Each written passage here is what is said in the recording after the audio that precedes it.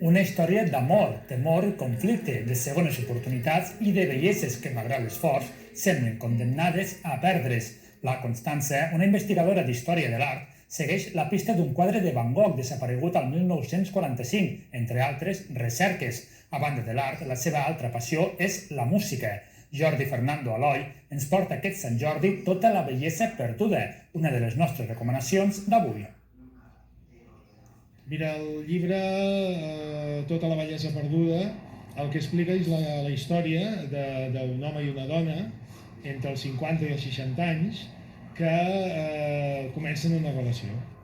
Una relació que és la segona oportunitat que els dona la vida, perquè tenen una vida anterior amb una sèrie, diguem-ne, de problemes i de fracassos sentimentals, i afronten aquesta segona oportunitat amb tota la il·lusió del món.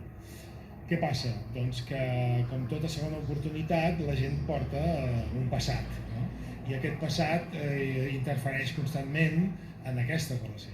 Ella és professora d'Història de l'Art i es dedica a investigar la desaparició de 3 quadres molt famosos que fa molts anys que no se'n sap res.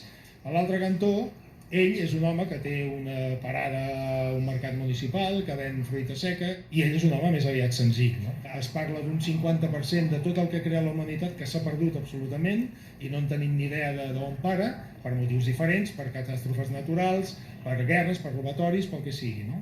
El llibre també marca aquesta hipòtesi que pot haver-hi, de tot aquest art perdut, de tota aquesta bellesa perduda, pot haver-hi la possibilitat que alguna cosa es recuperi.